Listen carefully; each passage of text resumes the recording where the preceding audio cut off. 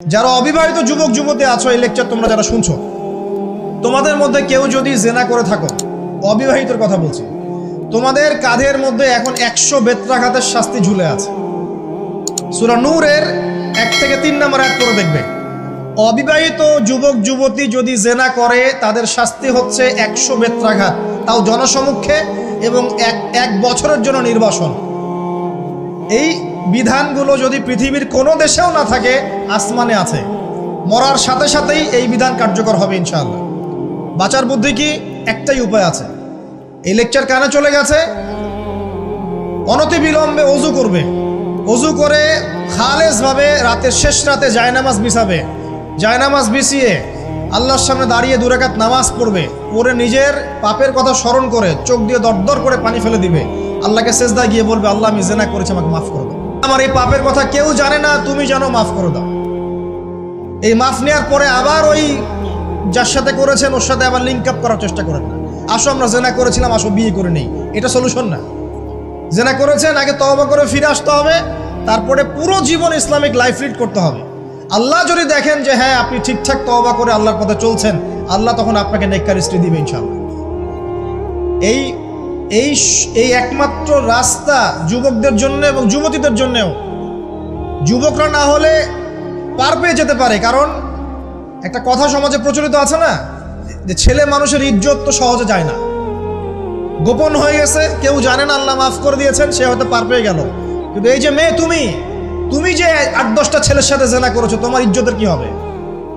তোমার যে সতীত্ব তুমি নষ্ট করেছো, তুমি তো বিয়ের পর কোনো ঘরে গেলে সে হাজবেন্ডও বুঝতে পারবে তুমি আর সতী সাধী নও, তখন তোমার কি হবে? আল্লাহর কাছে ক্ষমা চান, ইস্তেগফার করেন। জেনার ফলশ্রুতিতে সমাজে মহামারী নেমে আসে। জেনা, পরকীয়া, অশ্লীলতার কারণে সমাজে এমন সব রোগ ব্যাধির উদ্ভব হয় যেগুলো কখনো ছিল না।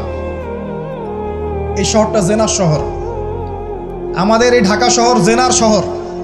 আপনাকে এটা বোঝার জন্য আমার লেকচার না শুনে আপনি পেপার পত্রিকা ঘাটেন, অনলাইন সার্চ করেন, দেখবেন এই শহরে আনাচে কানাচে জেনা হয় এবং ওপেন জেনা হয়। মানুষ জেনাকে হালাল মনে করে। এই শহরের যুবক যুবতী যারা একে অপরের সাথে বয়ফ্রেন্ড গার্লফ্রেন্ড কালচারে লিপ্ত আছে, এটাকে তারা হালাল মনে করে, কেউ হারামও মনে করে না। কত বড় সাহস দেখায়! আর রাস্তা দিয়ে আমরা হেঁটে গেলেও বয়ফ্রেন্ড গার্লফ্রেন্ড এসে আমাদেরকে সালাম দেয়, হুজুর আমাদের জন্য একটু দোয়া করেন। তো প্রত্যেকটা পার্কে পার্কে যাবেন, এই যে আপনাদের রেস্টুরেন্টগুলোতে যাবেন, দর্শনীয় যে স্পটগুলো সেখানে যাবেন, দেধার সে জেনা হচ্ছে, জেনা আর জেনা।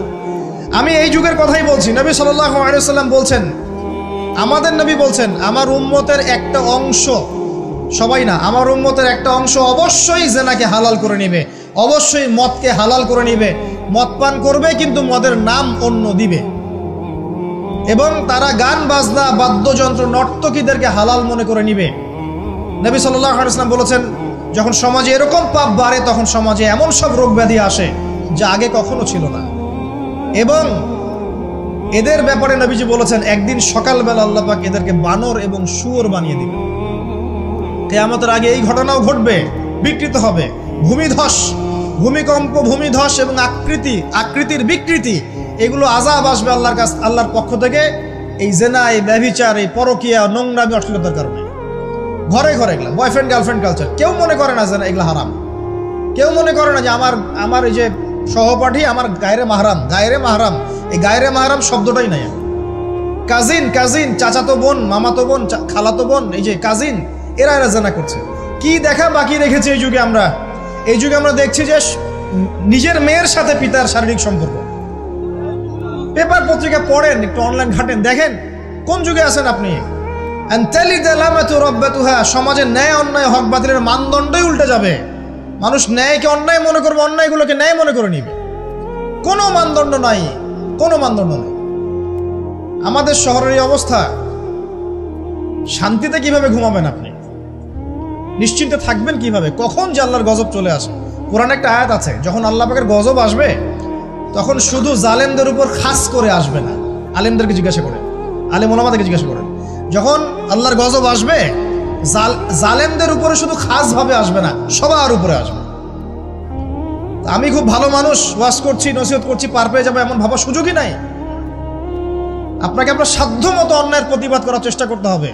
লা তা'মুরুন্না বিল মা'রুফ, নবীজি বলছেন অবশ্যই তোমরা সৎ কাজের আদেশ করো। ওয়ালা তানহাউন্না আনিল মুনকার, অবশ্যই অসৎ কাজে নিষেধ করো। আও লা ইউশিকান্নাল্লাহু আইয়াবআসা আলাইকুম ইকাবাম মিন, অন্যথায় আমি আশঙ্কা করি তোমাদের উপর আল্লাহর পক্ষ থেকে বিশাল গজব আসবে।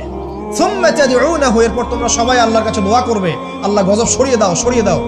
লা ইউস্তাজাবু দুআকুম, তোমাদের দোয়া কবুল করা হবে না। নবী সাল্লাল্লাহু আলাইহি ওয়াসাল্লাম বলেন মান রাআ মিনকুম মুনকারান, তোমাদের মধ্যে যে কেউ হুএভার হি ইজ, যে কেউ যদি কোনো মুনকার নোংরা গর্হিত কোনো কাজ দেখে, তাহলে যেন ফাল ইউগাইয়ির বিয়াদিহি, তার সামর্থ্য থাকলে হাত দিয়ে যেন ঠেকায়। সামর্থ্য থাকলে হাত দিয়ে যেন ঠেকায়। যাদেরকে আল্লাহ পাক হাত দিয়ে ঠেকানোর ক্ষমতা দিয়েছেন তাদেরকে আল্লাহ জিজ্ঞাসাবাদ করবেন, কেন ঠেকালে না? জেনার লাইসেন্স দিলে কেন? মদের লাইসেন্স দিচ্ছ কেন? ঠেকালে না কেন? তুমি অন্যায় কাজকে ঠেকালে না কেন? যদি তুমি না পারো, ওয়াইল্লাম ইয়াস্তাতি, যদি সে না পারে, তাহলে ফাল ইউগাইয়ির বিলিসানি, তাহলে যেন মুখ দিয়ে সেটা প্রতিবাদ করে। এই যে মুখ দিয়ে প্রতিবাদ করার ক্ষমতা আলেম ওলামার আছে, যাদের হাতের ক্ষমতা নেই মুখের ক্ষমতা আছে। সেটাও যদি না পারো, ওয়াইল্লাম ইয়াস্তাতি, সেটাতেও যদি সে সক্ষম না হয়, ফাবিকলবিহি, তাহলে যেন অন্তর দিয়ে ঘৃণাটা পর্যন্ত করে। ওয়াবিযালিকা আদআফুল ঈমান, এটা হচ্ছে ঈমানের সবচেয়ে নিকৃষ্ট একটা অবস্থা, সর্বনিম্ন অবস্থা। এর নিচে ঈমানের কোনো অবস্থাই নাই। তার মানে অন্যায় দেখে আমাদের যাদের মনে কোনো ফিলিংসই কাজ করছে না, তার মানে আমাদের ঈমান নাই। আসলে সহজ কথা, ঈমানের সেই তেজ নাই আমাদের মধ্যে।